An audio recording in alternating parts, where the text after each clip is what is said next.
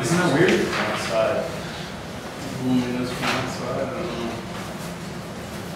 It is. So we only got like 2 actual. Vincent, want to sit over there? Thanks. Today is 5:20 minutes.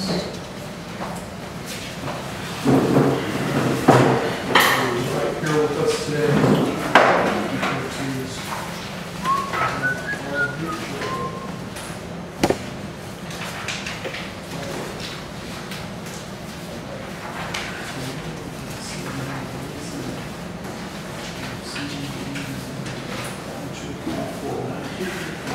Who's chairing tonight to start? Yes, I am.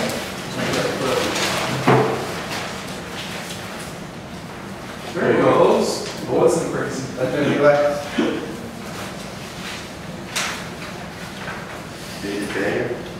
I would probably.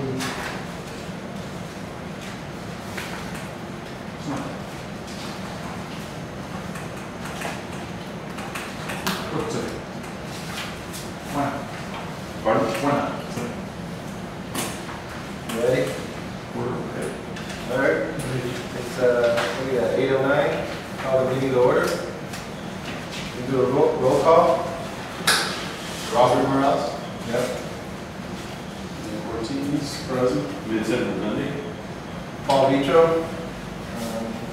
Ernesto's coming late. He's absent currently, and Carlos is sick, so he'll be absent. We don't have an agenda, right? Just one item. One item this time. Notice what's posted, by the way. Okay. 48 hours, 48 hours prior. Thank you. What else? Any other formalities we need to do? That's it? We just need to understand what our bid package covered. We, obviously the walkway, and what doing it So if you'd right. like, I can just kind of go over what you have in front of you. You have the revised bid package that was distributed to over 12 vendors. We have Jorge Suarez and, tell me your name again? Jose Lockhart. Jose Lockhart? Okay. From JES, of course.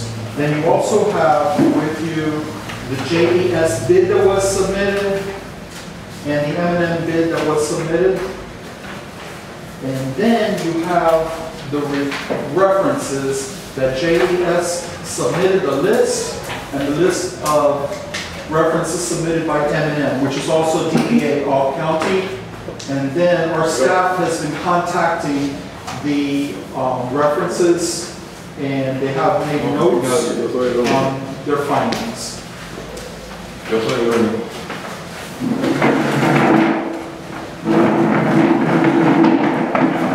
Which was distributed to you yesterday. You didn't see the references? I think it all in the attachment. They're not opening on you. Not this particular one. I think there is.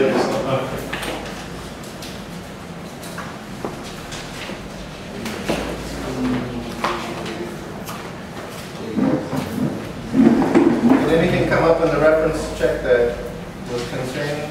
No red flags. We also checked the license status department at the Department of Business and Professional Regulation. We searched for complaints, and there were no complaints found on any of the companies or the qualifiers for the companies. We checked both ways. Okay. I think the most blatant, in all of the references that were checked, the most blatant thing that we found is that one of the prices came in, the final price was slightly over the amount of the contract. There was a slight cost overrun. But they didn't say why. No. Went over budget slightly.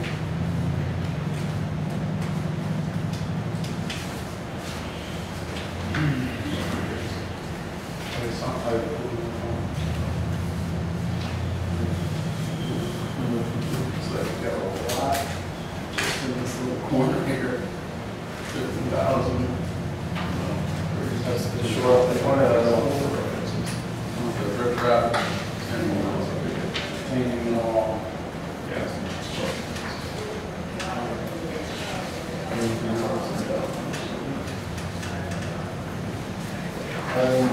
think before we even look at the contracts, the decision is, I mean, we kind of know what kind of money we're looking at now, right? So is this something that we still want to continue forward with, or do we want to do something different, or do we want to not do anything at all? Hola. Hola, buenas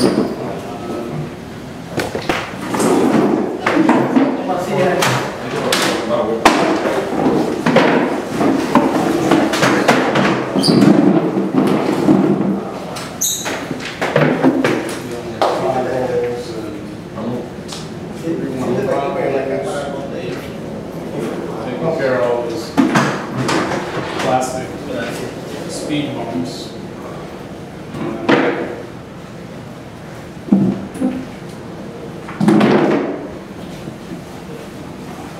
There existing asphalt roadway parking areas, where's this mailbox? Those are the three different areas, right? Yeah.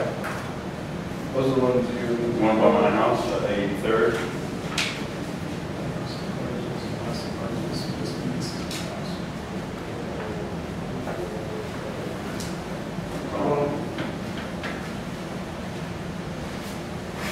So, I mean, anybody on the board have any comments or anything they'd like to discuss, anything they'd like to offer? Well, I think that one of the things we have to be concerned with is somebody does fall, we are going to be liable. Exactly, that's costing us a whole lot more, right? I wanted to say something. I believe at the last board meeting, and you guys can correct me if I'm mistaken, but I think it was the intention of the board to allow people that have arrived to speak at the beginning of the meetings from now on, instead of at the end. And your residents have 3 minutes to speak on each topic. And there's only one topic tonight. So, the only topic that's under consideration tonight is the Lakeway asphalt project. So, if anybody that'd like to speak on that, we'll go one by one. As David said, you have 3 minutes. So, we'll start over here. Ma'am, do you have anything you want to say here and talk about? Yes, my concern is that it's only one part of the lake that's going to be done. And to me, that makes no sense at all.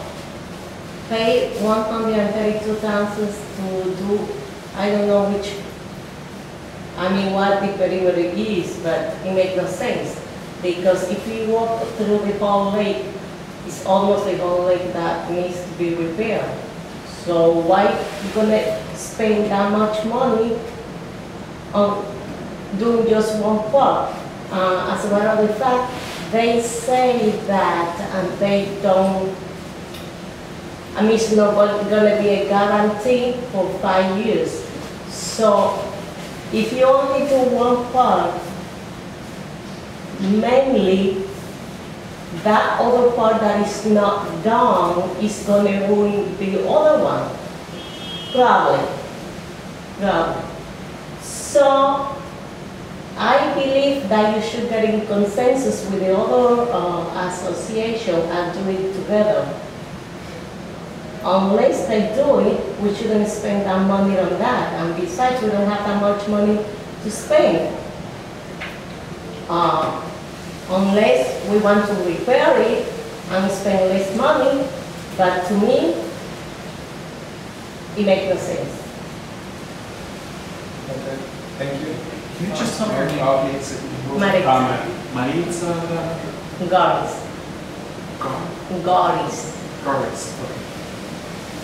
I was just wondering if you guys looked at any of the repair quotes, because I haven't seen any of those.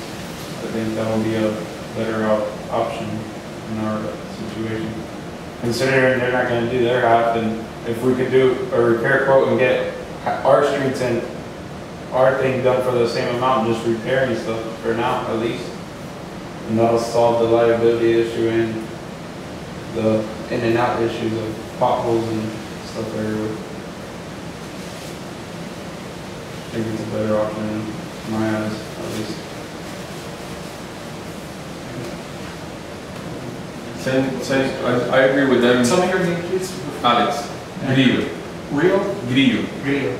I agree with them. As like Alex said, also I think that's a better idea just to repair and solve the situation for right now. Maybe in another couple of years revisit it and spend the money when our reserves are a little bit better. I just don't think that spending half of the money that we have in reserves on something that is not as significant as other things, I think is more important. I think other things are more important basically than the walkway. What other area would you recommend needs more attention? I think as far as looks wise, I think a lot of the hedges have died because of the whitefly situation. I think a lot of the fence alongside 82nd Avenue should get a little bit more fixed. And the first thing that I think is more important is the roads. The potholes in the roads, some of the speed bumps are coming up. The parking lots, the visitor parkings are really, really bad. Some of them are a little bit worse than others, but most of them are really, really bad. And the security, you know, just, I know that we're working on it, but just getting a little bit of a better system in there.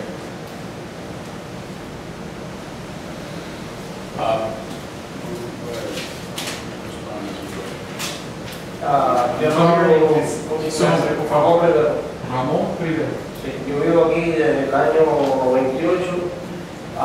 Yo creo que no tiene sentido, pero por ejemplo, es como cuando tú pintas tu casa, la mitad y la otra mitad no la pinta, la luz es horrible. Y hay muchas cosas que uno puede hacer aquí mismo en el reparto, que hay unas secas que se están todas feas, los tubos todo eso está todo podrido. Cuando yo compré esta casa, este reparto estaba feo. Does everybody on the board understand what he's saying? No. I can translate. So he gives the example of if you're going to paint your house, you're going to paint the whole house. It would look horrible to paint half your house. He says that this is the same issue. To repair half of this cosmetically, it really isn't going to improve anything. He gives the example of a lot of the fences and common areas are falling over, the ficuses are all dried up and died. Las calles están todas llenas de huecos, una pila de, tú sabes, de casa que tú ves los grahuesos, el chapapotes hundidos así completo. No, tú sabes, darle opciones, yo creo, porque si tú dices, ok, se ve muy bonito que arreglen todo el lado, pero que sea todo. Si va a ser nada más que un pedazo, es como tú pintar tu casa, la mitad así, la otra mitad. He doesn't agree with the idea of spending that kind of money to fix half the leak. He says if we could afford it and we could do the whole thing, but he doesn't agree with doing half. Can you respond? Sure. I want to respond to him en español, if you don't mind. El problema que hemos tenido, que yo soy nuevo en esto, es que la otra asociación no está cooperando con nosotros. Hemos tratado de hablarle, no yo, pero Ernesto y los señores, la directiva allá no tiene que ver nada con nosotros. Nosotros no podemos controlarlo. Ellos no quieren gastar ese dinero, no tienen el dinero, y entonces es como decir, bueno, yo no voy a hacer nada porque ellos no van a hacer nada, pero como quiera seguimos responsables por nuestra parte, ¿no? Y como usted dijo, si alguien se cae del lado de allá, no es nuestra responsabilidad. Ahora, si alguien se cae de este lado, sí viene siendo nuestra responsabilidad. Y eso es lo que estamos tratando de evitar. De que se gaste el dinero en eso no, ese no es el punto. Lo que tenemos que estar conscientes es que vivimos en una comunidad dividida y ellos no quieren hacer nada. Tú te das cuenta que han hecho muy pocos arreglos allá. Yo conozco el arreglo de allá, pero por lo que han dicho ellos, no quiere hacer nada. Entonces, el hecho de que ellos no quieren hacer nada, nosotros no tenemos que entrar en esa también, ¿no? Y por eso es que la mitad nada más que se va a hacer. Pero le podemos mandar una carta que enseñe a letter or something requesting. We have. Well, listen, Please. We've been, was early 2011, the first time we met with the president of that board. Trying to start working things out. We've been meeting with them and meeting with them. We've come to a stalemate. We've got, in my opinion, and this is going to come up at the next meeting, I think, we've got two options. Either we take legal action with the agreement that we have, which I believe is still valid. They just, both sides stopped abiding by it. We have an agreement, at least for the security gates, which is a major problem, major sticking point between the two sides. We have a contract with them. At some point, both sides, I can't speak to it because I wasn't on the board at the time, but both sides stopped abiding by it and doing their own thing. I think that's still valid. So we can either get our attorney to enforce that and see how that goes, or build a wall. And there's been a lot of rumbling and a lot of talk about we just need to cut off the community. They don't want to cooperate. They don't want to do anything to improve the community. It's a noticeable difference from this side to that side, and it hurts our property values because we are considered, you know, when realtors look at it, we're considered one community, even though we're not. So it drags us down. So there's unfortunately, my feeling on it is we're not going to come to an agreement unless they get new leadership in there. We're not going to come to an agreement. If we can, I'm hopeful. You know, Ernesto is has been working hard on it. I hope he can come through. But I don't think they're going to budge. They're just minor little picking things in the contract. There are sticking points for them, and so I don't think that's going to work. I agree. I'd like to see the whole thing done also. I don't think that's an option. And in response to a couple other things, the potholes, there's like 31 potholes that are included in here. This is why it went way up from our original, the last round of quotes, which were about half of this, maybe a little more than half. We added in a bunch of those potholes, all the speed bumps, the plastic ones that are coming up that we put down and just didn't work. Those are going to be replaced and done right. That's included in here. A whole area where our road is sinking has been added into this. So it's a lot more than just this walkway. And I'm not arguing either way. I'm not even sure how I feel about it because it is a lot of money, but I'm just, you know, kind of counterpoint to what you guys are saying. I want to point out that there's only, of that total feet, only 3% of the cost is going towards those feet. 97% of the $132,000 is for the pathway. The last three items only represent 3% of the total. And, so it's not a large and a amount. huge percentage of that is just this little corner here, which is a major problem. And I don't know that any repairs addresses that. It's where we've got this huge drop off here. I think the contractor may have something to say later in the meeting if you afford them an opportunity to speak later on as well. And as far as I agree, the fence along 82nd Avenue, I'd love to see something done with that, but that doesn't belong to us. That belongs to the homeowners on 82nd Avenue. There was at one point in the community, there was talk about the community getting the money together to put a wall all the way down, but a lot of the homeowners said, wait a minute, we're going to pay for this wall, but it only benefits the people on that, it's their wall, it's not ours, why are we going to pay for it? So that kind of fell through. That's many years ago. And a lot of these things, like the plants, those things are going to happen anyway. It's an ongoing thing.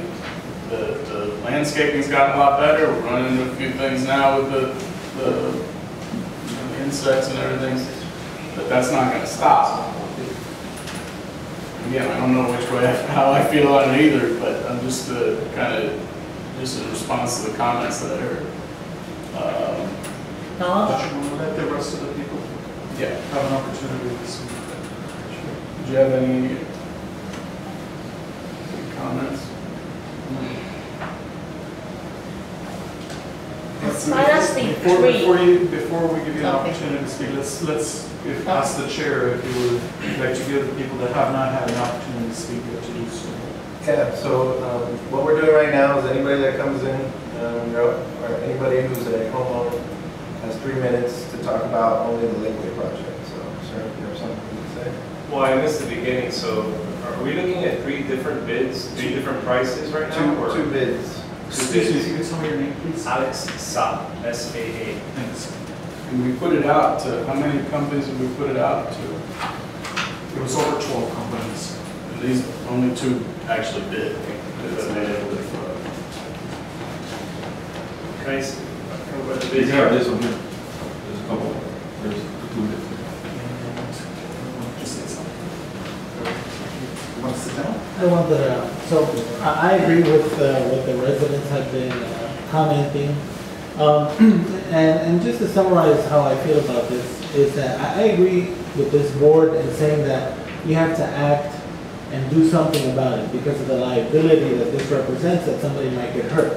But I think the solution right now is to repair it and not to replace it, to go with a cost-effective solution and not spend half the money that we have in reserves. And so that way you would be satisfying the concerns of all the residents by avoiding some accident. And at the same time, we get to keep that cushion of money for maybe fixing the streets later on. You know, the streets is a big project. And we don't, in order to fix them, we have to save money in order to get there. If we keep spending money and keep talking about how expensive it is to do the streets, well, we're never going to fix them because we always spend on these other projects. So I say repair the pathway and let's save the money until we have enough for fixing the streets. That's it. Does anybody recall that repairing included, was it just an overlay of additional asphalt? My best recollection is that the previous bid, which was less than half, less than $50,000, was to repair certain sections by overlaying what was there currently and replacing other sections which were really bad, where the roots had actually tore up. But nothing, it did not include anything dealing with erosion or the riprap or anything. Which is just that, which, in my opinion, might be the biggest liability out there. That's on the lower quote, almost $42,000 of the whole quote. So I don't know that there's a repair that's going to address that. Find out.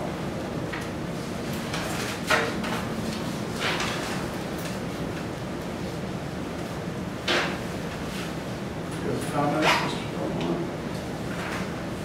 Everybody's done, we haven't heard from the contractor yet. Okay. And I mean, there's no, I don't have no comment. I just feel we need to make a decision and that's it. The issues out there, the issue with the streets, we have to create a reserve for that. But the liability is out there, the walkway, we can repair it, and we can repair it next year or probably a couple of years from now. Continue to repair it, and might be costing roughly about $15,000 to $20,000 a year. But, okay, you know, let's say you just want to repair because you don't want to spend money. What do we need to do now beside the walkway? Let's just put the walkway aside. What do we need to do right now in the community because we need to move forward? Anyone have a suggestion? Just Because sitting at $250,000 this year, next year, what usually brings, and things that might not repair, what brings the problem that everyone, okay, you have $200,000 or $300,000, then we need to reduce the assessment. And that's going to be an approach in the future. some of the comments, just from what Dave said, some of the things that were brought up Well, a couple of things are included in here. The speed bumps that are coming up, Right. we've added into here. A lot of the potholes, some of where the road's sinking and all that would be included in this. Whether we can pull that out, maybe, I don't know. Another thing that was mentioned is something you know has been an issue for a long time, the fence along 82nd Avenue just looks bad, but. That's not an issue. The fence along 82nd is not really an issue because we wanted to repair that, and we came up with the same problem. We eventually approved it to be repaired. What happened, the following board changed, and they left $10,000 with the independent contractor that they didn't want to recover, and that was it because it was breaking the contract. So they didn't do the fence, and the fence was going to be half the association and half the homeowner, and some of the homeowners didn't want to do it because they didn't live on the 82nd Avenue. And that was about the group like what we're arguing. Well, because of the new association group, it was not done. We pretty much you're all aware of that. Okay? What happened after that? As you all know, there was some type of embezzlement, and we went into bankruptcy. So nothing was done, and we really haven't done much. We've been trying to maintain the location. Now there's this project. We can always do the same thing. I don't know if this board when we hear the following year or the following year, but the issue here is that you might run into the same problem, and nothing still gets done. Why? Because some of the residents don't want to participate. They don't want to come to the board, they don't want to get involved, they don't want to do nothing because everybody's always too busy. So that nonchalant attitude, and nothing happened in the future. So, you know, that's as much as at this point, we just need to make a decision. We want to do it, we do it. We don't want to do it. To me, it don't make a difference. But we need to focus on improving the value of the community. Can I say something? I'm a realtor, and he said earlier, you know, the realtors say what they think, you know, about the community itself. And I think that one of the biggest things whenever you tell somebody Marbella is just the appearance. And the raising property values, I think a sidewalk alongside a lake is not gonna raise it as much as if we tackle this. Maybe we ran into a speed bump then because of the other community or whatever and it was never fixed, but maybe we should do that again, revisit that again and attack that a little bit more. And I think that people driving down 82nd Avenue, they'll catch their eye and say, what, that looks like a nice community. Maybe, you know, I might want to live in there. Or when you're showing somebody a house like I have in here and your car is jumping, like you hit 5 speed bumps, but really you only hit 1 because the rest are potholes, that doesn't look good. So. And you're talking about the fence? The fence and the potholes, and also the security, you know, the security system too that I mentioned to you last time. The fence, last year, one of the residents that was used to, that pushed it that last time, came to me and mentioned to me as a board member, and I said to him, if you can go to the homeowners and convince them to move forward with that, not the homeowners, but those that just live on the border there, that have to pay the half, and convince them to do that with the association and come to the meeting as a group and present it, then the board will have to look at that. He told me, I'm not going to go through those changes. He lived on the border. You see, so what I'm saying to you is the the homeowner that need to be pushing this is not doing it. Okay? They're not doing it. And the association that just don't have the responsibility to be pushing the homeowner because they don't do it because they don't have time or because they don't want to do this or because a million excuses. Everybody has excuses. The security, we're working on that the best we can, and we expect to improve that. But then we talk about the bumps. Those bumps that we have in the street, that is not about the association. That's about each one of us in here that don't want to take over time and drive 10 miles an hour. That's why those bumps are there. It's not about the association, it's about each one of us. And we don't want to cooperate. If we don't want to cooperate, I don't know what you expect. Because those bumps not there, really for me, not you, not your wife, not the ladies, it's there for the kids. Because one of these days something can happen and folks don't slow down, but they still speed up over the bump. No, don't get me wrong. I'm not saying that the speed bumps are bad. I'm saying that you feel like there's more speed bumps because of all the potholes that are there. Who you think requests the speed bumps?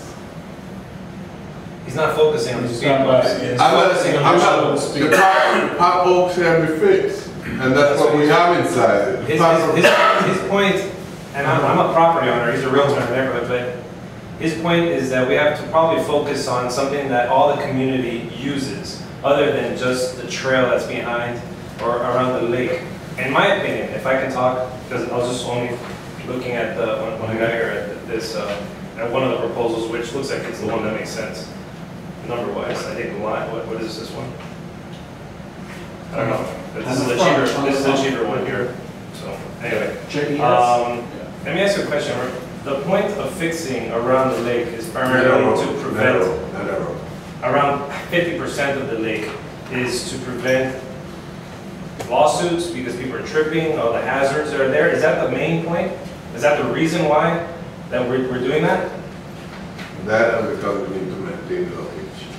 We need to maintain the property grounds. We are responsible for it. Okay, so the option is completely fixing it or repairing where the cracks are, uprooting some of the trees that are destroying some of the portions of the sidewalks, or completely repairing it. And there's also a wall. Is that the wall that's next to, behind the pool? No. That wall is a wall that been dropped in the lake. No, I know, but it's a seawall, essentially. Yeah, behind the pool. basically we're eroding right out And here. it's gonna go along just the length of the lake, the pool. If I understand. Basically that corner, yeah. It doesn't go, it doesn't do the U, it doesn't, do anything there. So it's approximately 25 feet, For 1/3 30 feet. It's approximately 25 feet, 30 feet. And that wall is costing about $25,000. 85 feet? Yes. Yeah, 85 linear feet. Linear feet, oh, okay, so then. And it's actually more than what you're saying, because the riprap is part of that. That's going to be on the lake side. That's on the, down. okay. And a railing also, because there's a drop off there. All right. So those three items, which is 85 linear feet, is all that. And that scenario in the lake is the same scenario that happened on the fence. Because it's only those that live on the fence. No, I see the point of doing it. I think it's a good idea. The things that I think are really negative is the fact that the other part of the community is not on board. So fixing, it's like painting, it's like your house. You're fixing it up, but your neighbor's house has got 5 cars in front of it with no tires on it. So it doesn't make sense almost to do that the way you guys want to do it, although I think it's the right idea and it's the right approach. But with the neighbors not wanting to participate, it's like, it's almost like you're throwing money at a situation where you're not adding value. You might be adding safety, which if that's the main reason you're doing it, because property values are not going to go up if you do this. Safety may go up, but people can still fall over there. You know, a child could drown in the lake on that portion. I mean, there's so many hazards that, roots don't really, uplifting a sidewalk, it's just a lot of money to spend without incorporating the rest of the community. And I know it's not your fault, and I know you guys tried, I think many boards have tried to communicate with the West. I just feel like it's that kind of situation where you're gonna be you're renovating your home next to a home that people don't care about. So how does that, you know? You let your home be another option. No, you don't let it go. You don't let it go, but you have to repair it. Almost as the gentleman said there, you repair it and you maintain it until, I hope one of these days these people come on board. You prevent any kind of safety hazard. You know, you can prevent any kind of lawsuit, because it sounds like that's probably one of the main goals is, you know, because everybody that uses the lake, when we use the lake, we walk around the whole thing. So it's gonna be like, when I walk around that lake and we've spent $140,000 on it, I'm gonna be smiling 50% of the time while I'm on that lake. And not 50% of the time. I can agree with that. But at the same time, and particularly when we were talking about 10,000, 15,000, you know, 120,000 to do the repairs that are needed, repairing sounded like a real good option. And then we showed up in a meeting and we're looking at 55, 60,000 on the low end, and for the repairs, higher just to repair it. And at that point, you know, there's something you gotta weigh. Yeah, it's gonna be more, but we're gonna do it right. It's one less thing we have to worry about, or, you know, because it looks terrible. It's embarrassing. I mean, it's embarrassing. It's the same as the fence. And these are all things, anything that we look at, and it's not that we don't see other things as well, and we're addressing them as we're able, but anything we look at that's just like, we all cringe, you know, and that's one of the worst. If we're talking repair versus you know, to do it right, and again, a good chunk of this, less than half, but a good chunk of this is addressing a lot of the issues that we need to address anyway, the potholes, taking care of those speed bumps that we put in, you know, the plastic speed bumps that aren't staying down, and the sinking roads. So we are, you know, that's why it went, part of the reason why it went way up from the original quotes as well. Is there an opportunity? At this point, based on everything, I'm leaning toward, if it's repair or replace, I'd go with replace and do it right. And then I know that this board is taking one less thing, you know, one more thing off of what this community needs. But I'm only one vote, and if they said let's just not do anything, I might be able to live with that. I mean, yeah, we got a liability issue out there. You know, Ernesto mentioned how, well, we don't have a room full of people here clamoring about the fence, and that's true. But what we do have here is who the 10 homeowners that are all in one voice telling you, don't spend this money, repair it, right? So that's what you have here, is a room of people that each one of us have said, don't spend this money on half the pathway, repair it. That's the So same. that's the same thing. That was the same room of people saying don't spend the money on the fence also. And then the question is, if we're talking repair, at what cost? I mean, if it's say $60,000 to repair it right, which I think it's even more than that, because we didn't address. No, I mean, we need to get. Well, that's where we started, and it didn't address the erosion that's happening under our pool. If you look under the corner of our pool deck, there's no ground underneath that corner, and it's getting less and less. So, I mean, if it's at 60,000, do we still repair rather than pay twice that and do it right and not have to worry about it, and then come back in 2 years and have to repair it again? If it's at 80,000, do we repair? I mean, I understand the instinct. We're still gun shy. We just came out of bankruptcy not so long ago. Believe me, we know that as well as anybody. I understand the instinct. Let's be, cautious about putting that money out.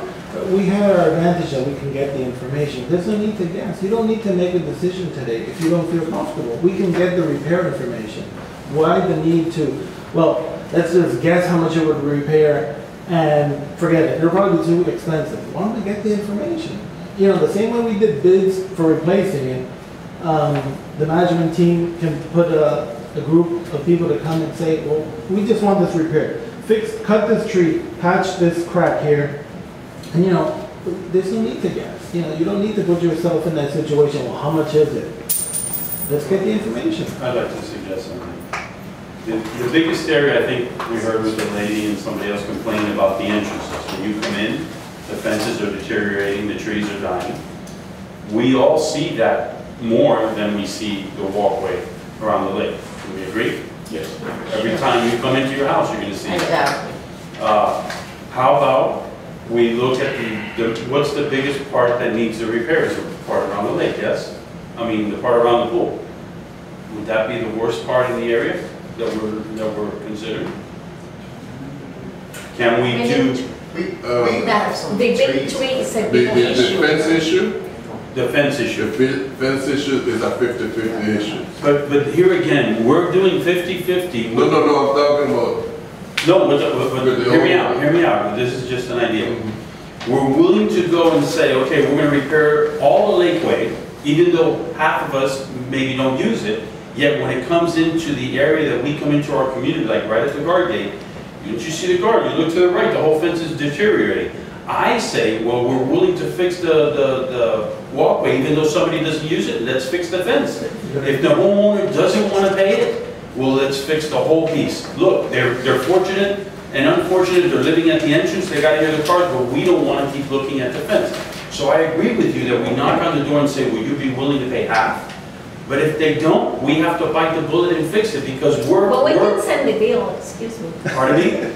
We can send the bill for half of it. You can send the bill, but you know what? If I live there and I don't have the money because I'm broke, I'm going to say, I don't want to fix my fence. But then all of us who have to look at this fence are going to say, why don't we fix the fence? So I'm willing to say, listen, if I got to contribute something to fix this fence, let's fix it. I just don't want to keep looking at that. Or like the realtor said, this gentleman, I'm sorry to address you as a realtor, when you come into the community, people see that as well. That's deteriorating our value. So maybe the biggest area that needs addressing, Ernesto, is the pool area. This little walkway and all that. These gentlemen are here from the construction company that are going to do it. The other areas are roots coming up and stuff, but not as bad as what's going on here. Can we narrow it down to this area and address the fence as well and the trees? Is that an idea or maybe something? I agree with you. And the ficus and a lot of the dead trees that are there, all of that stuff, I think that will make a bigger difference and a bigger impact. You get more bang for your money. Exactly. And I think there is true a concern about the walkway. You walk around and it's true, the cement is going to be falling off. So let's address that, but let's not do half of it. I mean, some of it, I've walked around there a lot. I used to run, and there's roots coming up, but that's not as bad. The root is the big issue. The roots, yeah. Yes. But what's more important, when we come into the house and look at these deteriorating fences and the speed bumps, and I got a mailbox around my area that's collapsing. Is that more important? Is this? I think there's a bunch of things that need to be done. Previous administration didn't do very much. I think we're trying to address it and listen to everybody, but I don't know. What do you guys think? Play devil's advocate or the other Yes, side, yes. the other side of that argument. Just that portion that we're talking about, just doing the part by the pool where it's eroding. Right. Along with the speed bumps and the potholes and the sinking area that you're talking about, as a part of this quote, you're looking at $45,000. Still. As a portion, and I don't have a problem that with out. And that's not saying, and generally when you do $130,000 quote, I can't say for sure, but I bet you these guys will tell me if I pick those numbers out, those numbers aren't going to stay the same if we're just going to do that. So we have to It's compare. a portion of a big. Do we have time to look at other contractors to? Well, we put it out there, and again, we started. It started with repair, and the best bid we got, he found it. It was less than what I thought, but $46,000 just to repair that part. and maybe that's the way we want to go, so we have numbers that we can go by. And we put this out to bid, like I said, we put it out to bid to 12 different companies. I think we had 3 bids the first time around, we got it down to 2 this time, we had 4 bids. How are the companies selected that you bid, that have the ability? Who are the 12 companies? Why were they picked? Most of them were recommended by the engineer that was chosen, once again, by competitive bid, the engineer was chosen. And then through the experience over the years that the engineer has worked with. Recommendations from the engineer. Exactly. Plus, also, members of the committee also submitted like 3 or 4 additional companies. Okay. But I think that's what you said, you know, the $40,000, and we still have $60,000 to spend on this, on the gate, not on the gate, on the fences, and we're still under $130,000 that we're thinking about spending right now. I don't have a problem spending $130. I just want to see more bang for the buck. And in regards to personally paying to, as the association saying, all right, we're going to fix this portion of the fences because it looks bad for our community, I don't necessarily have a problem with that. A lot of the homeowners will. No, but we pay the whole thing. No, I'm talking about the rest of the homeowners. The people that it's their fence and they don't care enough to keep it up, they're going to love it. But it's all the rest of the homeowners saying, wait a minute, why are we spending $20,000 of our money? I've got this over here that looks bad in front of my house. Why don't we take care of that? And the next guy thinks, well, this over here looks bad. Why are we paying for something that belongs to them instead of making them repair it? It's the same argument. We had an agreement at one point. It's the entrance. I understand that, but we've got to answer to all the homeowners. I mean, we're going to get just as much feedback, if not more, on that, and we know because we've been there, we've gotten that. In the past, we've had to go to a 50-50 agreement just to be able to, and even then, there were homeowners that were dead set against it. And now we're talking 100%. Now we're talking 100%. So nobody. Right. This would be my recommendation at this point. Because we're going to go back and forth with this.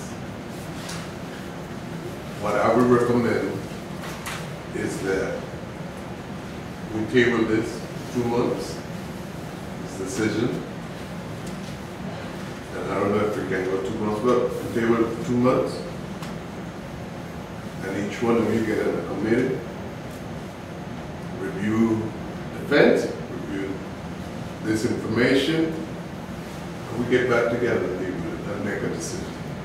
Because we're losing time here.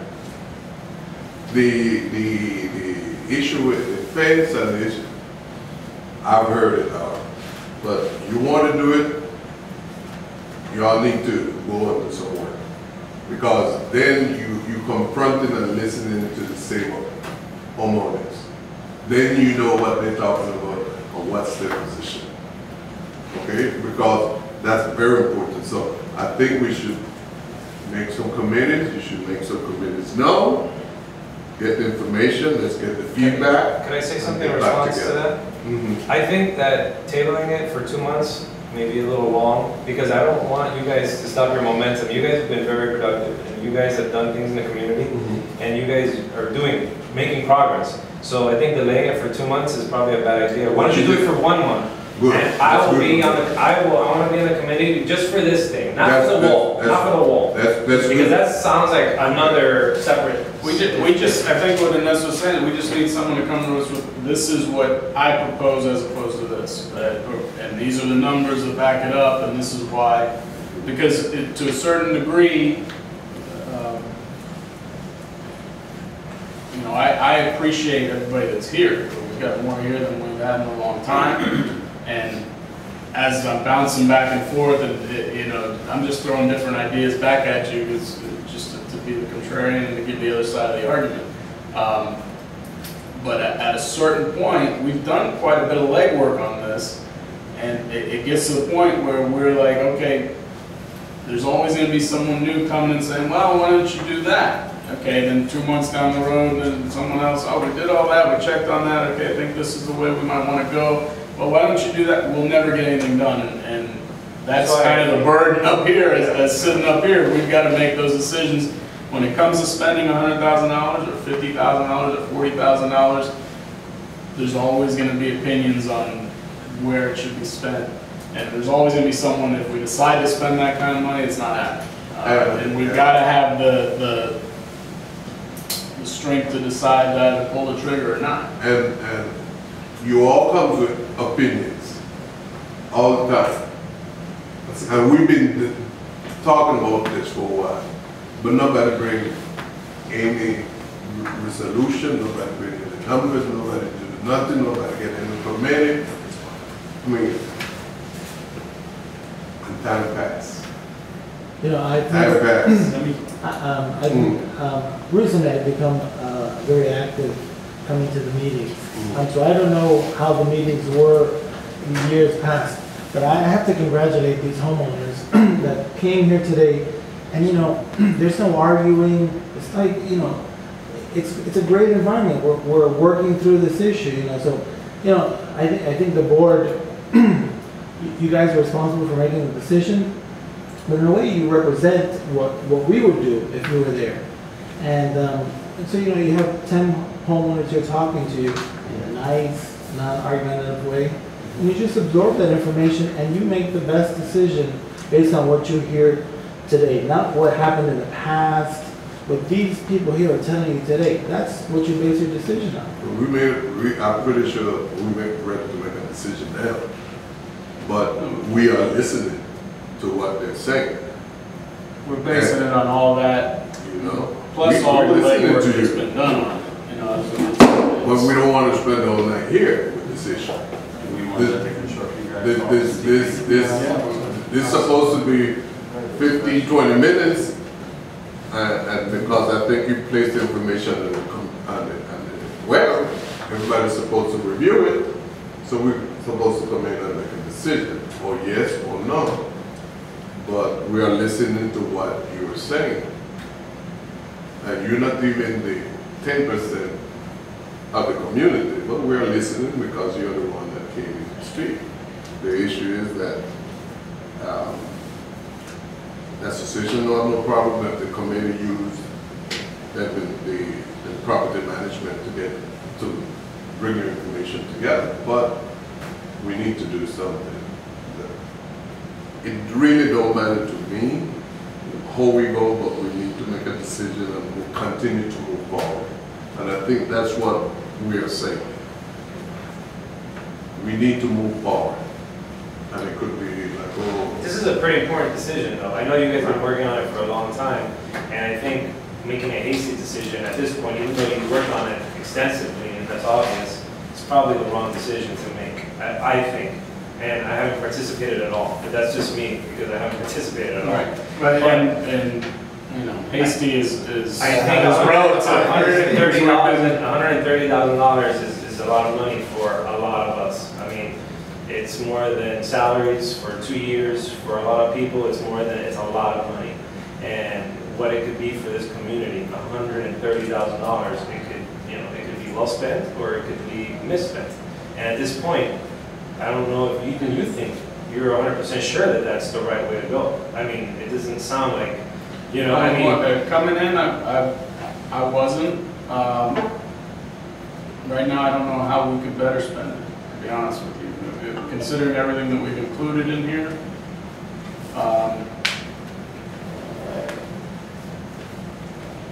that's sort of where I'm leaning, just going, and that's, We're appreciate not your gonna make a feedback. decision But we tonight. had the contract, one of the contractors here. Right. They wanted to speak, let's let. That's fine, but I have to step away. I mean, what I'm saying is, if we're not gonna make a decision, I'm fine with whatever decision is made. If we're not gonna make a decision, That's your meeting. yeah, but that's why I called you, I need to step away. But what I'm saying is that, could you table it for a month? And I would love to be involved in a committee to see if I can bring people, because I also work with engineers and contractors, to get someone outside of, just to review the numbers and to review and to walk around, who walked around with the contractor and looking at each item. Was it? Well, we had an engineering company. That made the report. Package. The package. We went, Now, that costs us a little money too, but it's a matter of doing it, That's getting right. the right answers, you Yeah. know, and, you know, there was resistance when we mentioned that too, but to me, that makes sense, because we don't know. Of course. We're not gonna know. As good as our management company is, they're not gonna know. You know, we've got an actual bid package, professionally done, and so I'm confident in I have to put confidence in our engineers that they put together a bid package that covers what we need, it's gonna do the job right, and it's fair to everybody. We've put this has been started discussion in January, February. I don't know if I call it hasty. Again, I don't mind putting it off a little longer either if we can get better ideas. But I'd like to hear from the contractor who came to present. Was it, they just want to answer questions or? If you have something to add to the discussion, that would be great. If not, I have a couple of questions for you that might shed some additional light on their discussion here. Do you want to say a few words first? No, we'll answer any questions you have. One of the things that I think that might help the board at this point is something that you mentioned, I guess, during the bidding conference. And one of the aspects that's jacked up the price significantly is the riprap and the retaining wall. And that's added about $40,000 to the project that was otherwise $46,000 plus, you know, we were talking the optional items, the speed well and sinkholes and potholes. Okay, but let's just focus on the riprap for a moment, which is adding about $40,000 to this price. You had mentioned something that after all is said and done, when if you happen to be the lucky vendor that's awarded the contract, that you might have some better idea on how to prevent the erosion. Do you want to discuss that and maybe enlighten the board how that might affect, without getting into a negotiation? I don't want to put you on the spot. Yeah, no, anyway, we follow the specs engineering. So the engineer has to be answer for you. I'm gonna follow the engineer only. So I'm gonna follow the old quantity and all the material that he recommended. So that's what I do. I have an ideas though, probably more expensive or probably more low price. But that's the thing when I have the meeting with the engineer, because the engineer does the first person, they have to approve my opinion on that. Based on your professional opinion, and without putting you on the spot, if I'm putting you on the spot, just, say so, and then we'll move on. But have you ever seen in your experience, and you've been doing this type of work for many years, a type of design to prevent erosion that an engineer would likely approve that might be more cost beneficial to this community? That's perfect. That's perfect. Absolutely. Okay. That's perfect.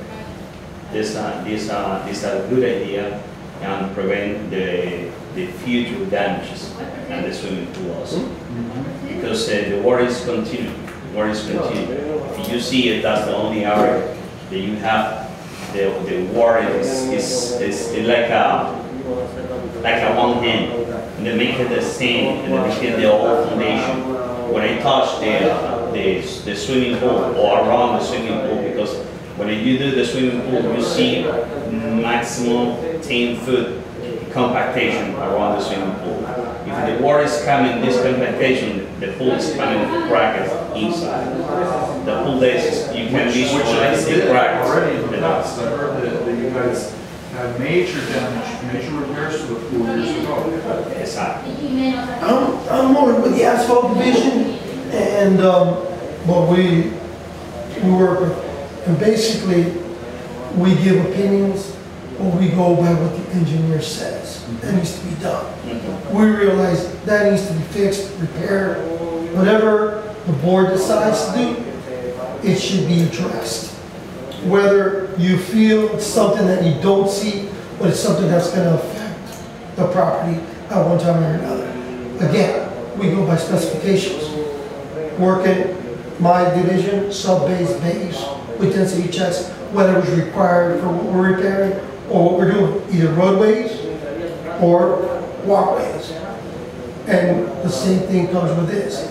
But we have to base it on, as general contractors, we can't go, we can meet sometimes, like, for example, we did Hialeah Housing.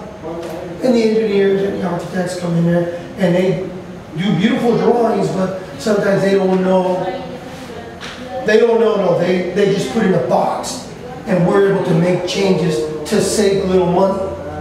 They'll put in, for example, a J box, which is a big box, but you don't need it. You could do the same with a D box, which I don't want to get real technical about it because you're saying what kind of box, but it's just a drain box. Actually what it is it's just a drain. So we could go and specify once they see everything they require, we might say, can we make these changes? But we don't like to run into that because you run into problems when you try to step into an engineer's decision. You know, we respect boundaries. You're an engineer, that's what you went to school. Because if not, they're going to tell me, I can have a lot of experience in what I do, but they'll shut me up like they have before, and I'll tell them, listen, we're going to have another, are you an engineer? No, sir. Then my opinion is just an opinion. So again, we base it on that, and to be able to guarantee the work, they're the engineer. Is there a signature that's required? You know, to be able to do so. Whatever they say is right. But you do have a problem there, and a big problem. And it might not be serious in the next month or 2 or 3, because I'm not an engineer to determine that, but you got a problem. You need to have, whether we do it, whether Joe Schmo does it, but you need to address it, and something that needs to be addressed. I'm not going to tell you, I don't sit here on the board and say, oh, you should do this, you should do that. I think that needs to be addressed by, and with all respect, by board members. I'm just putting it out there for the board to know that a $130,000 bid can be negotiated. There is a possibility to negotiate, you get the engineer in the room, you give them your design, and it could reasonably be expected to come down to $100,000, $110,000 instead of $130,000. I think that would be the next step in the process. My opinion is that if we were going to move forward, we would say, okay, this we believe, and it's a pretty big discrepancy between the two bids. This is the best bid. This is who we're going to select. Now can we set up a meeting and try and value-engineer it with the engineers, and you guys make your recommendations and see if we can do better on that. We work with the engineers. But that would be the next step. We can't ask them to say, okay, this is what you need to do better, and then say, okay, the other 3 guys give us a price to do that. It's not fair to them. If I was on the contract, I wouldn't do that. We work with the engineers, but there's standards out there, like roadways is different than driveways or parking lots. Even working the base, which is lime rock, what you put on top, that does it. All the puddles you have, that's for lack of compactation or erosion somewhere or another. It could be sometimes when they put boxes in, they don't backfill and they don't. Even getting to the potholes for a second, going back there, I don't know that when these were bid, were they bid on the exact specifications that were in the bid package, that there's going to be testing on each pothole that's filled, or? That's something, that's not something common. Exactly. Now, the only way that you could guarantee on something this pothole is not going to seem to cover my end. Again, we talked about this last week or a couple weeks ago when we were here. You know, nature does its thing and we have no control over that. But getting into that again, I could say, yeah, okay, we're going to require density checks on every pothole. But that would cost $400 to $600 a shot. Exactly. Because that they put in a tube and they do radiation to see if the compactation of the base and the sub-base is done. And they don't require that to do any kind of repair. But you can get a lot more technical, get a lot more, and that just bring up the cost.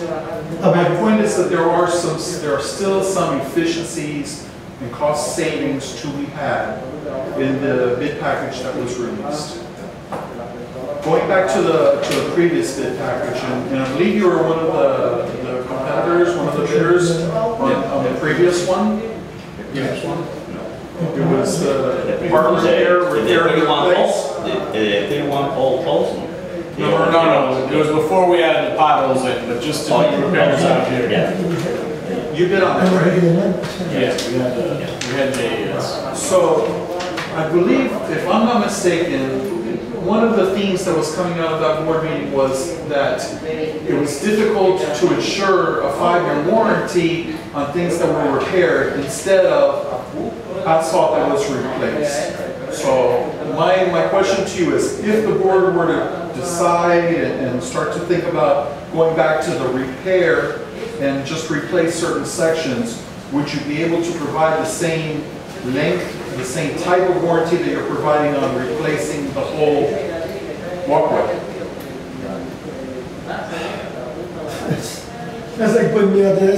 That's like telling me, a lot of times we can't give the same guarantee for one reason.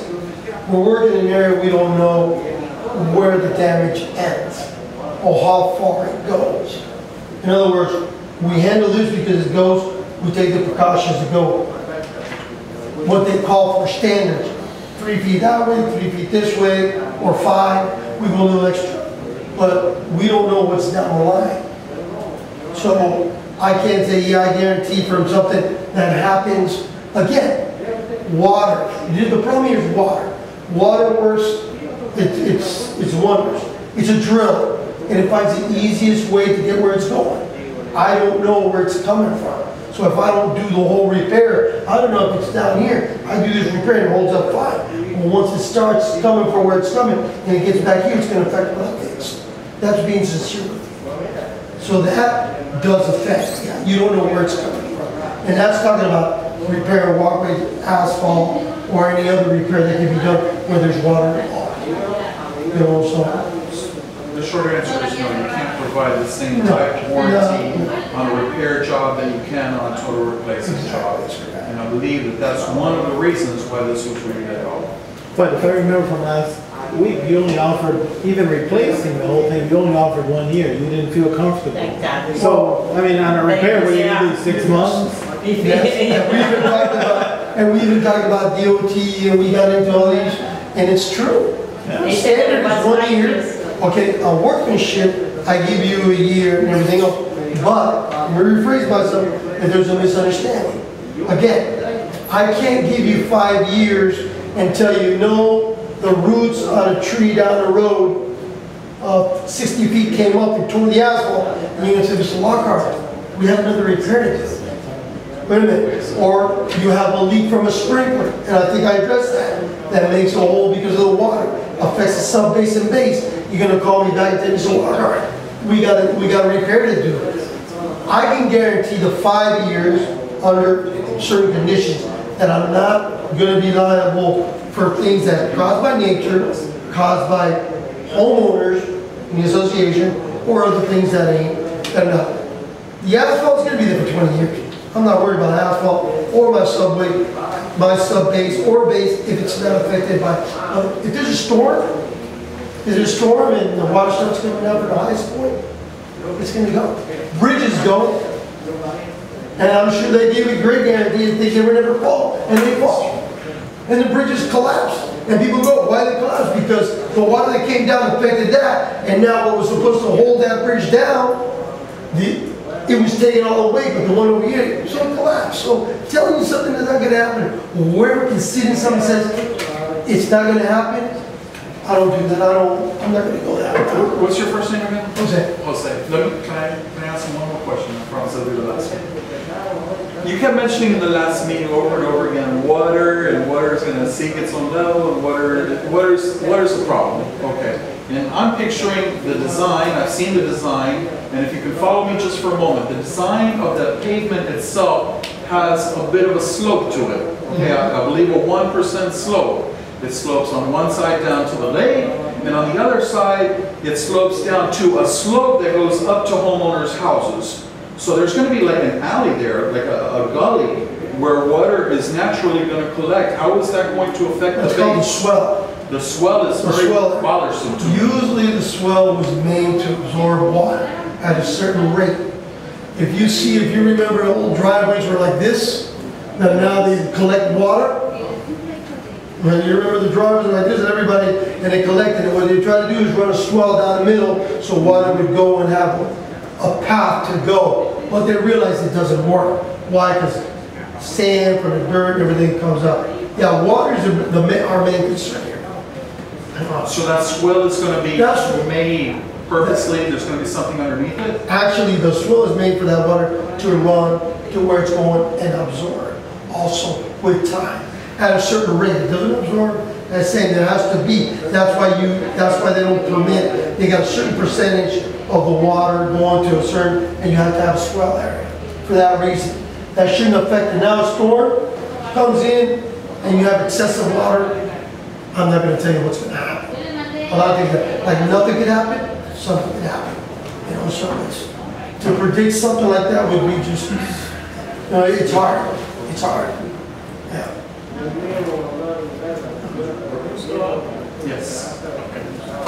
That's all right. I just want to know if he's here. Thanks a lot. No problem. No, he's gone. I think he's gone.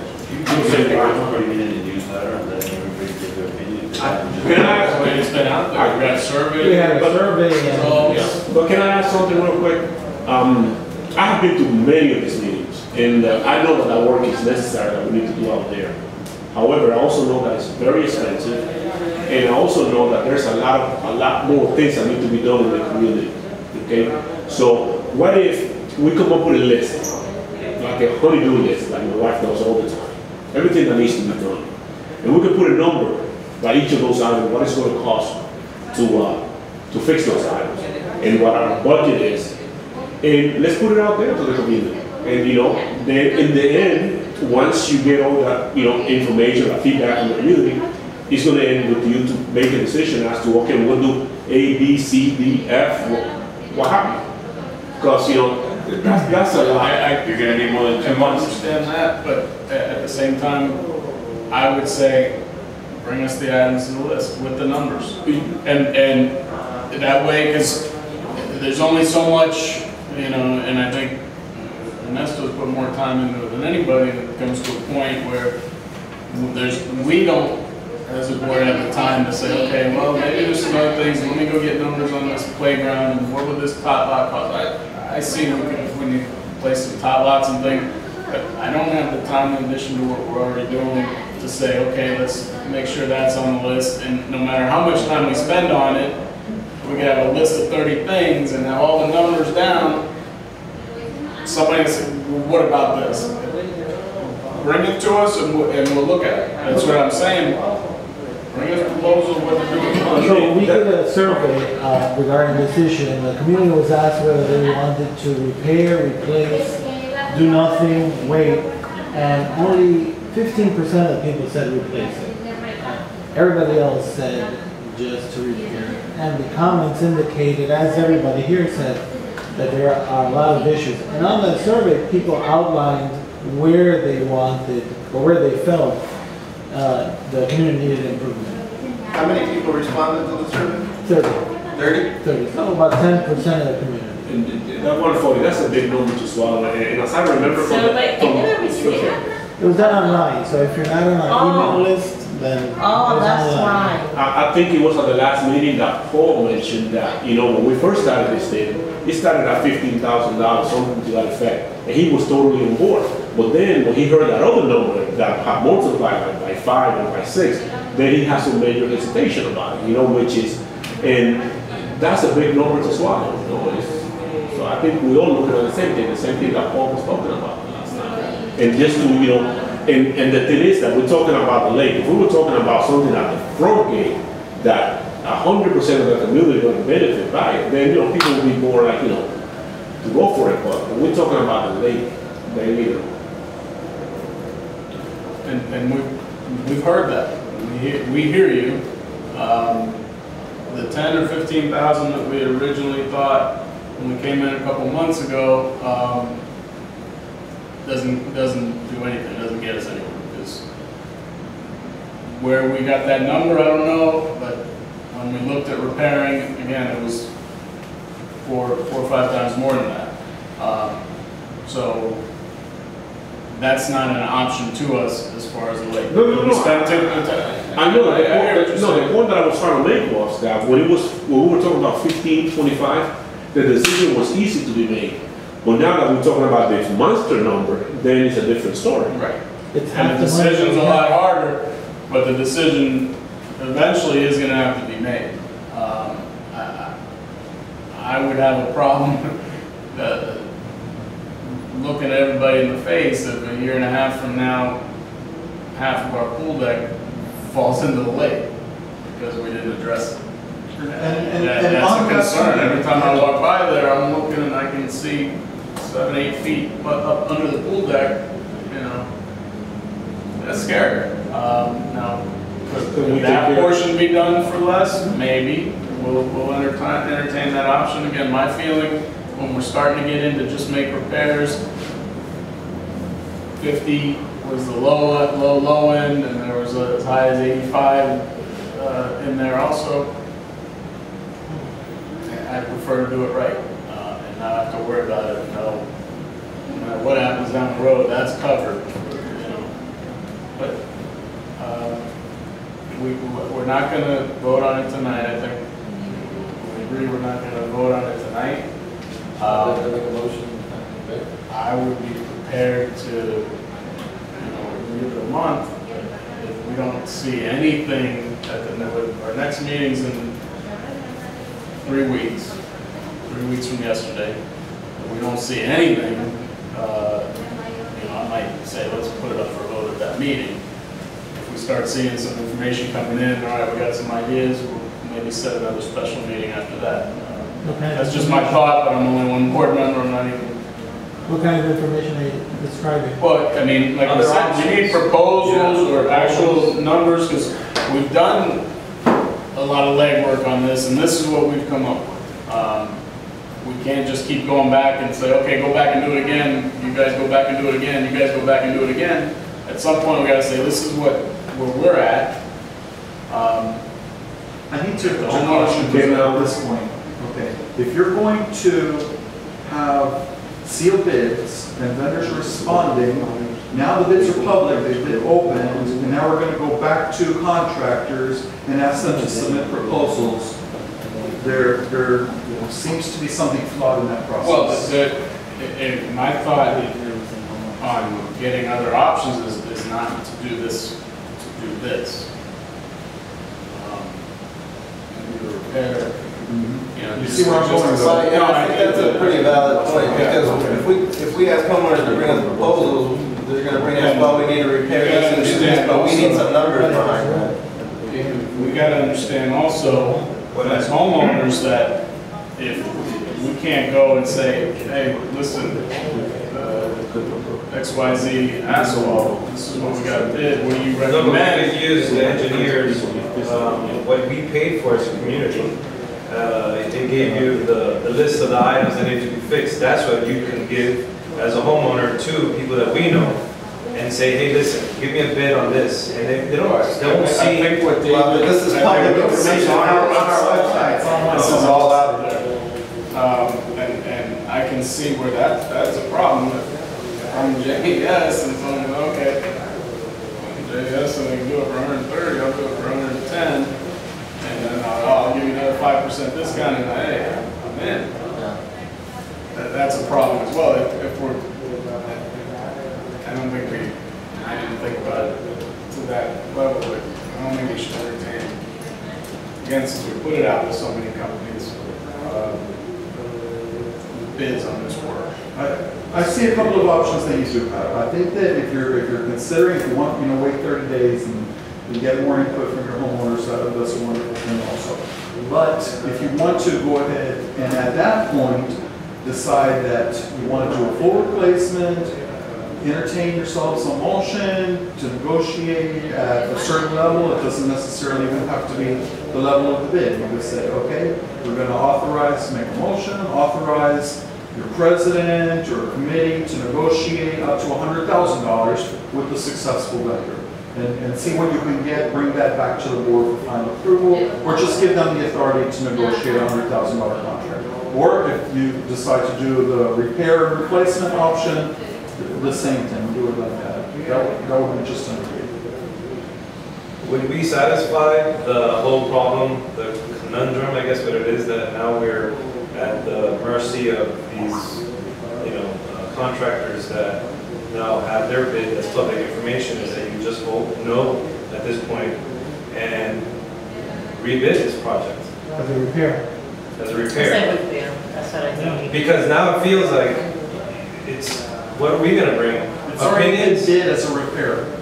No, I know, but it went from a repair to a complete job. You've had two bids. You've had one bid as a repair, replace, and the other is a pure replace. So the same company that had the bid for repair was at 50, what was the bid at The repair? low bid was a different company, that was the low bid, 46,000. A little bit on the repair, and let's do that. If we have to make a decision now, and that includes the pool, And actually, no, that doesn't include the seawall? No. So wait a minute, that wasn't in the engineer's, That was before we even had an engineer look at it. oh, so then we're not looking at, then To be we honest- can't compare that to what we've got now, because they weren't looking at the engineer plans that they looked at, then why are we even comparing Those those? were based on engineering plans, the same engineering plans, except that these were. Oh, without the wall. Without the wall.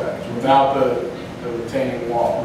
And now, calling back to the April meeting, that $47,000, which was the low bid, completely left out one item on the bid package, which the other companies were at like 29,000, 28,000, and we never got an answer as to why that was left There was out. it was a higher bidder that had left that item off.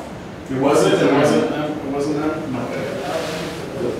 I want to say something. The problem with the letter that we've done, the survey, it's online. There's a lot of people that aren't doing that, but you go through the trouble of sending a newsletter to everybody's doorstep. I think if anything, we should put a blank sheet in there, put the honeydew list, or put whatever you think is a priority. Half of the homeowners here aren't in total agreement with the repair. I mean, with a complete remodel, just more repair. If we did that with a newsletter, let's see what the feedback is. Ernesto said 2 months. Heck, we've been waiting so long to do this. Why don't we get some more feedback from people? That's what I just suggested. The issue though is, everybody here is in favor of repair, but they really have no idea what they were basing, there was no numbers based on that, right? And to be honest with you, we looked at the repair option and we determined that it didn't really make sense, and some of the advice we got was, it doesn't really cost you that much more to do the replacement over the repair. That's true. And that's how we ended up here, is because a repair option was $50,000. The replacement of the same thing, I think we estimated would be about $80,000. For another $30,000, we were totally replacing everything versus repair. Now we got up to $130,000 because we had to add the seawall and we added the potholes and we added some other things, and that's how we got up to $130,000. But doing the repair option, when we went through this the first time, didn't seem like it was much more cost effective in the long run for this project, and that's why we ended up. And it seems like you guys also have been on a discovery of different items. Yes. Is it fair to the property owners and to the community that now, with all the information that you have, all those different discoveries that have been scheduled almost, talking to the different contractors, and I guess respecting the contractor that has the best price, and that's shown up here, and it's spending an effort and time for them to kind of highlight the items and what's the best price and what we can do, and talk to the engineer, and still focus on the repair, and not on a complete, you know, if $50,000 is a big difference. I mean, if it's that has nothing to do with the seawall and anything, that was just replacement. I see like $7,000 or $8,000 in sod replacement there. I mean, I guess that's because a lot of the sod needs to be excavated, you know, I guess, in the process of replacing all that. But it just seems like there's, you know, when you add up a lot of line items, just like you guys have been adding because things have come up, if you subtract them, you know, maybe it goes down. I think people would swap. I think that's what David's point was, is that we're looking at a $130,000 bid, but we may decide, listen, we're gonna go the replacement option. However, we're gonna negotiate a better deal, and maybe we can exclude some of the items There's or some things that we might change, but that would be, we would have to get to the point where we're saying, okay, we're gonna do it. This is who we're gonna hire now, we're gonna try and get the best. But it seems like you have no option, I mean, because you don't have an option to start rebidding. That's what you already stated just now. Yeah, you could. But would it be fair to the contractors that have their bids out there? I mean, I don't understand what that comment was. Is it illegal for us to get bids? Is it illegal? I'm not a lawyer. I mean, because you may say, That's a legal question. okay, because you said, I'm gonna, who are you exactly? Affinity, the property management. Okay, so you said when you announced that, so when you announced that, you said, I'm gonna caution you at this point. Yes. That sounded like a caution, like, hey, there's some liability here now, you can be sued because now that's what that sounded like to me. So you might not be a lawyer, but you kind of gave them caution to, hey, we can't get bids from other people at this point because now this is public Because the information. process, remember my words, I said, the process would be flawed. Okay, Okay. all right. Now, I'm is not it illegal? anything about illegal. Not illegal, is it, can we be sued by a contractor? I mean, this is not what you're I getting couldn't answer. answer that either, but it's definitely shady. Definitely. And I understand that, I know if it's county contracts and things like that, of course that can't happen, but this is a, freaking homeowners association. We're the most hot code group in South Florida. Yeah, but why do you think the county officials are concerned about that? Because somebody's gonna look at them and say, you did something illegal. You don't think someone's ready to do that to us? Well, there's, no, lawyers, I know. I've been there. That's why I'm saying it sounds like the decision has been made already. Like you guys, you're saying that. Well, there's still a decision not to do it, not to do anything. I mean, if it's not something. I mean, if the way that it sits, my opinion, and I'm just one person, but is to say no if the decision has to be made at this moment. If you have the opportunity to talk with the contractor, that's the best option.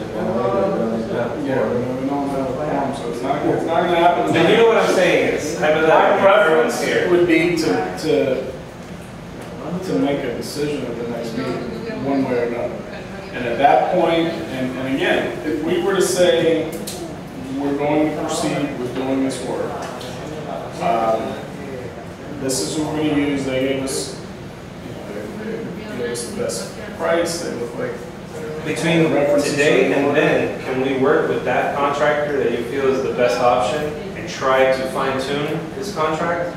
Well, my feeling is that comes after we decide. Question, Nick. Can we consider putting something together? That sounds terrible. That's a terrible option. I'm sorry I interrupted you, but when you're negotiating with the contractor, they give you, and they'll work on their best option so they can get a yes from you. How can we say yes now and then work on the contract? I'm saying, yes to a decision to either repair or replace, and then negotiate with the contractor. But in order to do that, let's say we sit down before we're leaning towards company ABC. We're going to sit down with them and say, all right, how can we value engineer this? What's the best we can do? And they sharpen their pencil and say, all right, here we might be able to do this. We might not need this. We can do better. And then we say, I mean, what are our options? What's the different option if we haven't already hired them? The only other option is to say, okay, with that information, go to the other guy and say, okay, what price can you give me? And that's not right. I wouldn't value engineer it if I were him. I've been in his position. I wouldn't do that because that's given as a professional, that's him saying, okay, I'm an expert here. I know what I'm doing. The mom and pop off the street is going to take my knowledge and get his strong guys to do the work. If you've narrowed it down to 2 people and you're comparing prices, there's nothing wrong with that. And contractors, anybody that's bidding on anything, is very familiar with that. You always want to protect yourself, but you're going to be exposed, and you're going to have someone that knows somebody, and you're comparing, so they're used to it. I mean, everyone is. As a contractor, I'd walk away from that.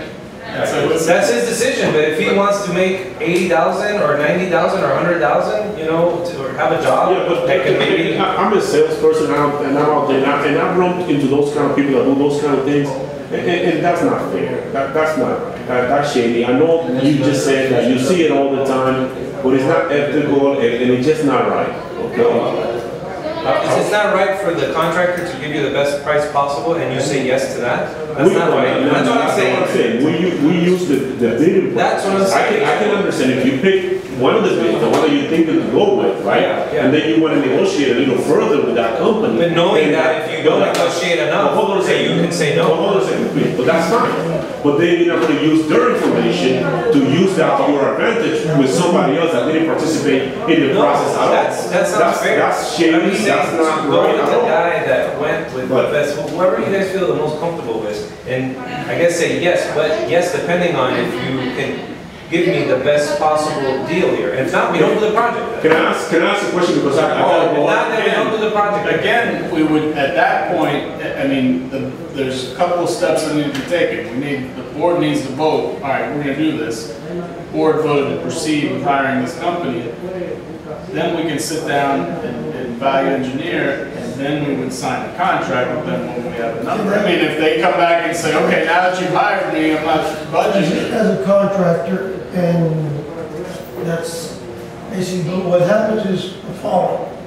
We have an option, we're willing to negotiate, our negotiation has to sit and be approved by the engineer. Of course, yeah. Okay, and depending on that, like he says, we can say, okay, this, we might not need. We can eliminate this out of here, because we can. That's the first person that or needs to talk to. redesign, what we could do.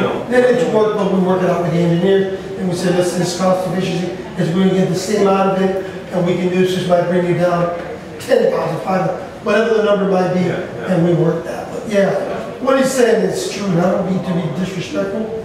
When we dedicate a lot of time doing calculating to give you the best price, quality, and everything involved.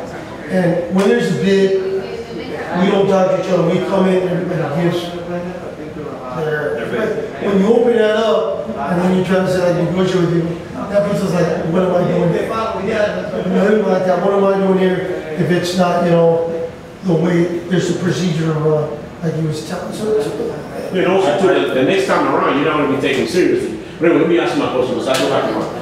Can we consider maybe putting something together for the community and distribute it to the whole community? I think, yeah, you know, now that you have a bid and we know what the numbers are, everybody should be involved. You said something that's important, you said something that's important, and the majority of the homeowners here, I think, have second thoughts or have different opinions about it. Why not let everybody know? But we can't do it online, you have to do it in a newsletter. Exactly. You let them know, this is the project that we're looking at, this is your price. We're not arguing that now. Are we willing to spend $140,000 to fix the mailbox and do this and this and this? Exactly. And if not, what is your priority? Based on that input, not just 30 homeowners, I hope there's 100, then we should do what's best for the community. And if we're gonna put numbers out, the numbers have to make sense. In other words, we need to put everything on. We can't, what I'm saying is, we can't say, would you rather repair the walkway for 47,000 or replace it for 130,000? Because that's not. No, but we have to take off the speed bumps, take off we just all the itemize. I think they should be treated as separate. Exactly. And add that. Talk about the walkway, talk about the sinking mailbox, the speed bumps. I know, it's hundreds of Just to compare. Because to do that, see this 50,000 here for the erosion. It is what it is. in addition to I don't think it's gonna get much better. It might get to be more if we just say, let's do that. They're not gonna say, okay, we'll do it for that line item, because that's not how you. And I'll respect that, I was just They're telling gonna say. you, we work on the package, when we do a package, So- when I bring in lime rock, I bring in for that, I bring in for the puddle. But if I'm gonna do the puddle, I don't have a problem, but that price that I give doesn't stand anymore. And It's just to be clear on that, and with all due respect, you know. Based on your numbers, I think people need to. No, I don't have a problem with it. No, I know. What I'm saying is, I'm giving you a package. You can't pick and choose. Exactly, you're not, see, what I'm trying to say, if I can make myself clear just for, is it, and I won't let you guys deal with it, we're gonna go, but we give you a package. And the package includes this, so when I'm bringing the material like lime rock, I'm not bringing in 1 ton, I'm bringing in 40 tons. So to bring that in, I can give you better cost efficiency to do the potholes. But if you say, Mr. Lager, we want you to do the potholes alone. The potholes, if I was doing X amount of dollars, I can't do that at the same price that you have there. Because I'm giving you a package for everything that I'm doing. It's just to get that for you to know. So you can handle it whatever way you want to handle it, but then the price is changing. It costs the same to mobilize, you know, there's some things that are fixed costs. So if we go with the repair, you wouldn't be included? Well, if we have a code, I'm So you're not saying, we have a including the package job? now. Okay, but if we go with the repair instead, so Well, things will change. Numbers are gonna change, I can't tell you. I can only tell you that on this, What we bid here was a package. No, but my question to you is, are you interested still in the job?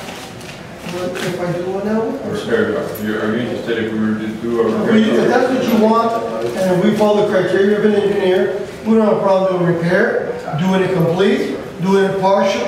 It's what, you know, you're gonna get what you pay for, remember that.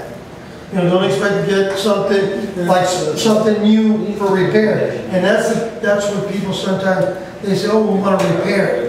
It's like changing, like saying, oh, I got 4 bad tires, but I only have really 1 bad, because I got a bubble on it. Let me just change that tire. But that's what I'm doing. Okay, Because what I'm doing, we're just changing 2 exactly, tires. but, exactly, I understand. We're just changing 2 tires. But then, okay, that's what you could do then, but you also can have a blowout. What I'm saying, you do what, you know, that's the association, that's what they decide here, I don't decide that. What is the next, whatever. a possible step would be to go back to the engineer and say, look, you did a great report, we got bids on what you suggested, but it's just too expensive. Can you give us another suggestion? I mean, we really want to do this wall, and we only want to repair, the trees are broken, you can't. The engineer will be able to take in the negotiation. And have the engineer come up with another one, so that people can, so he would feel comfortable. He's not going to feel comfortable negotiating with you something outside of the engineer's scope. So I think the person is the engineer.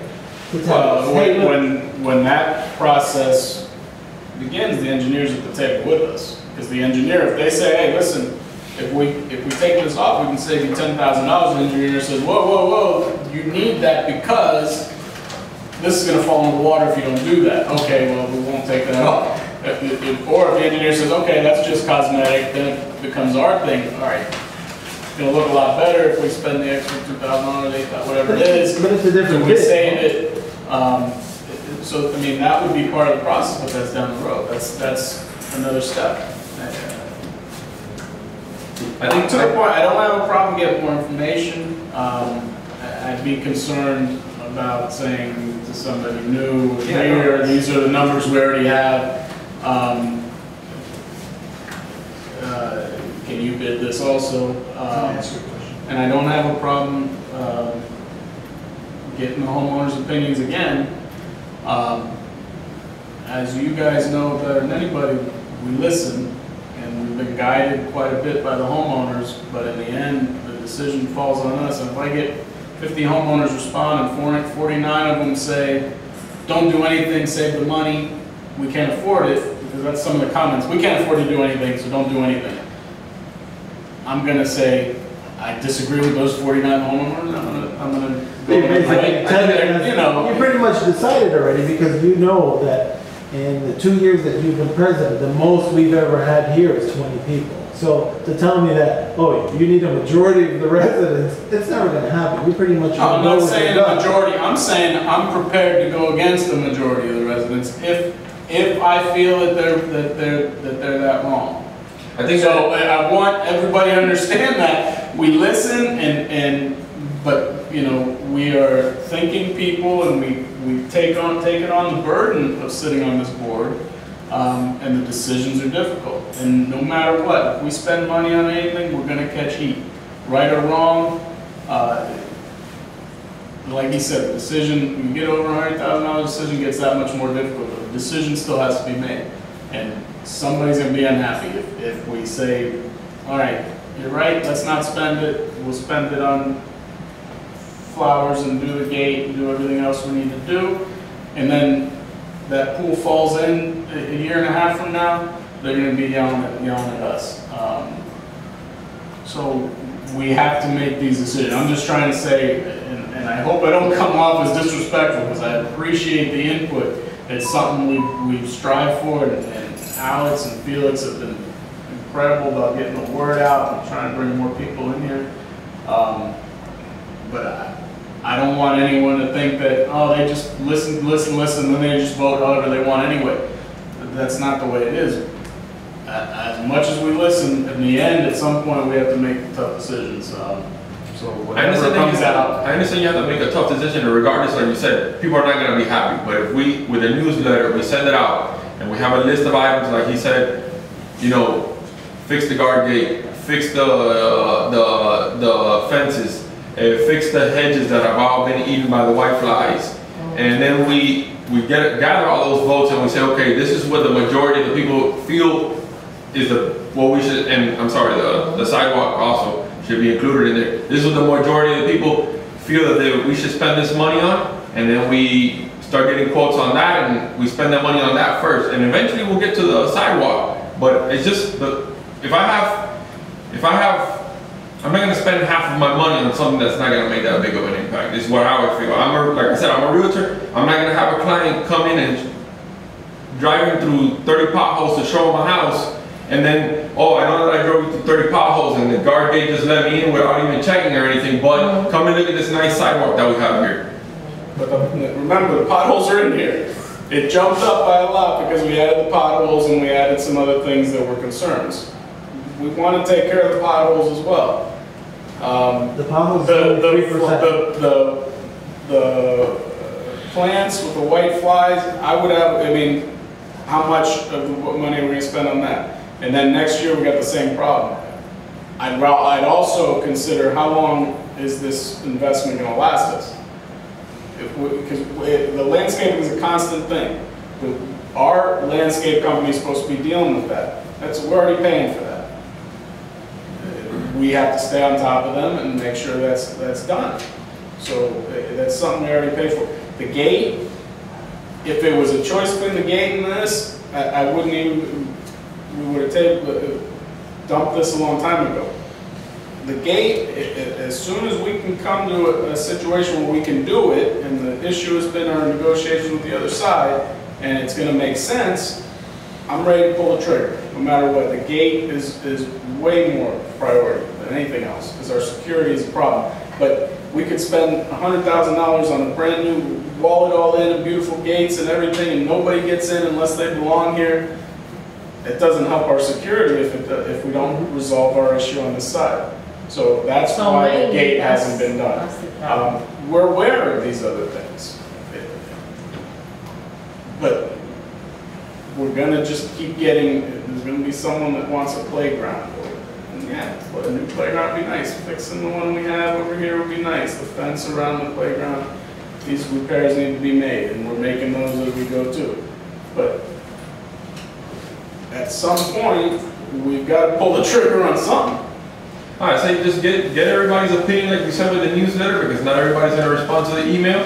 And if everybody says the sidewalk is their priority, then let's go towards the sidewalk. If everybody thinks that the fences are more important and that we should do that, let's attack that. You know, just getting more people's opinion on what they feel is more important. But you have to do it in an educated way for the people to understand the different, components of what is going into, what is the need for that sidewalk. People, if you just put it on a survey, okay, sidewalk, fence, potholes, security like that, they're gonna see the pathway and they're gonna say, oh, that's pretty, but it can wait. They're not gonna see that, 2 weeks ago, a grandmother was walking with a little kid and the little kid started running away and almost tripped and fell into the lane, which is an actual story that what happened.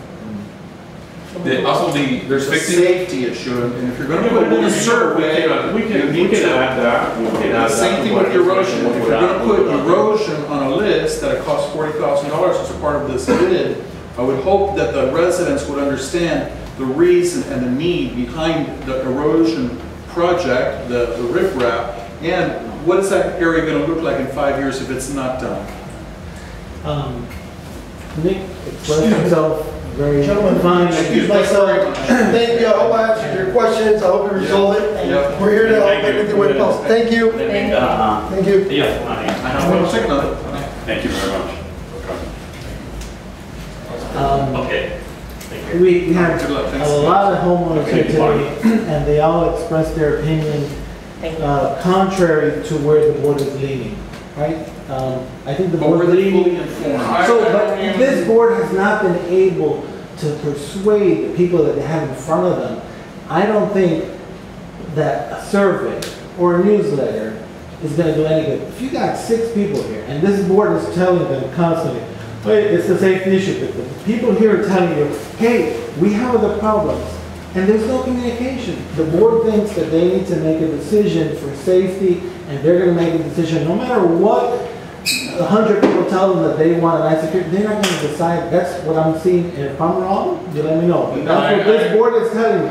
And I think these it's 10 a, people I think, here, I'm not saying you're wrong, I think there's a perception issue there, and maybe it's the way I'm coming across. But a lot of times, like you said, well, maybe the gate, and okay, great, but the gate is not an issue with this. The gate's not stopping us from doing it, and this will not stop us but from it doing the does, gate. Nick, because And you only it's- have $250,000, and you're gonna spend half on that, so you can't tell me, oh, I'm gonna spend half your money on this pathway, oh, and I'm also gonna do the gate, come on, you're not gonna do it, or we're gonna go down to zero. You're spending half our budget of our savings on that path. So don't tell me you're gonna do everything else too. You know, that doesn't make sense. I think we should move forward, but I think focusing on the important things, like, yeah, we don't want the pool to collapse into the lake. We don't want old grandmothers to fall over and, you know, or the kids to trip and hurt themselves. So let's fix those specific things. Why do we have to do it right? What are you Which gonna is, fix though? You're gonna pick and choose what? what's the most important thing? It sounds like it's the pool caving in 5, 6, 7 years from now. Just that by itself is probably $30,000, $40,000. As part of this package, No, it's cheaper than that in the package. So I'm thinking by itself in a repair package, it's probably going to be $30,000 or something like that, $40,000. How much is As part of the package, it's 41,000. 41,000. It's gonna be more than that. And then if we add in what we all agree are important, it's another $5,000 for potholes and the sinking ground, you know, on the other side as well. So you gotta have like 10, 50% of that because that's the price for. That's just assuming, and we're just throwing numbers, we don't know. They might say, listen, like you said, and it makes sense, again, from the perspective as a contractor, I've been on that side of it. If I'm gonna come out and do, let's say he's just doing potholes. Of course, it's gonna be If more I'm gonna come expensive. out and do 4 potholes, it's gonna cost a lot more per pothole than it is if I'm gonna come do 40 potholes. Because I'm still sending 2 guys, and they're still driving out, the gas to get out there, the mobilization, the time off, it's still, once they're here, it's a lot easier to get more work done. So it's gonna be cheaper. But let's say $50,000, we can do just this, shore up our eroding area under the pool and make the fall off safe. Take care of the potholes and the speed bumps. We still don't have, it doesn't deal with any of the tripping issues or any of the other issues along the walkway. Is that worth it for $50,000? Well, I don't know. These are the decisions come. It's not as easy as just saying, I mean,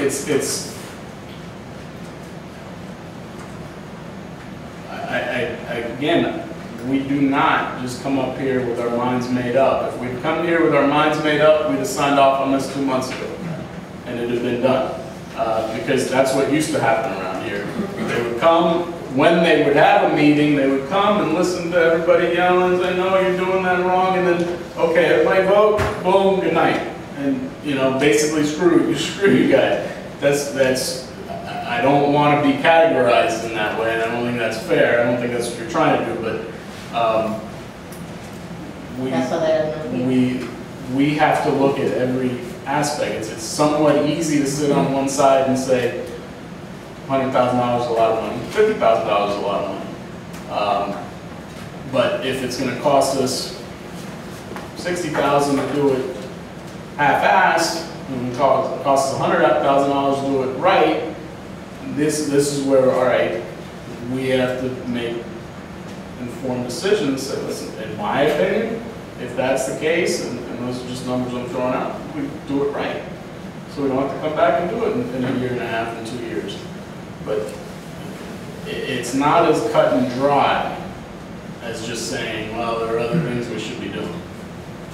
So Alex mentioned something last meeting too, that don't we have insurance for liability in case somebody were to fall, that we're not going to be liable for this because we have insurance? There is insurance.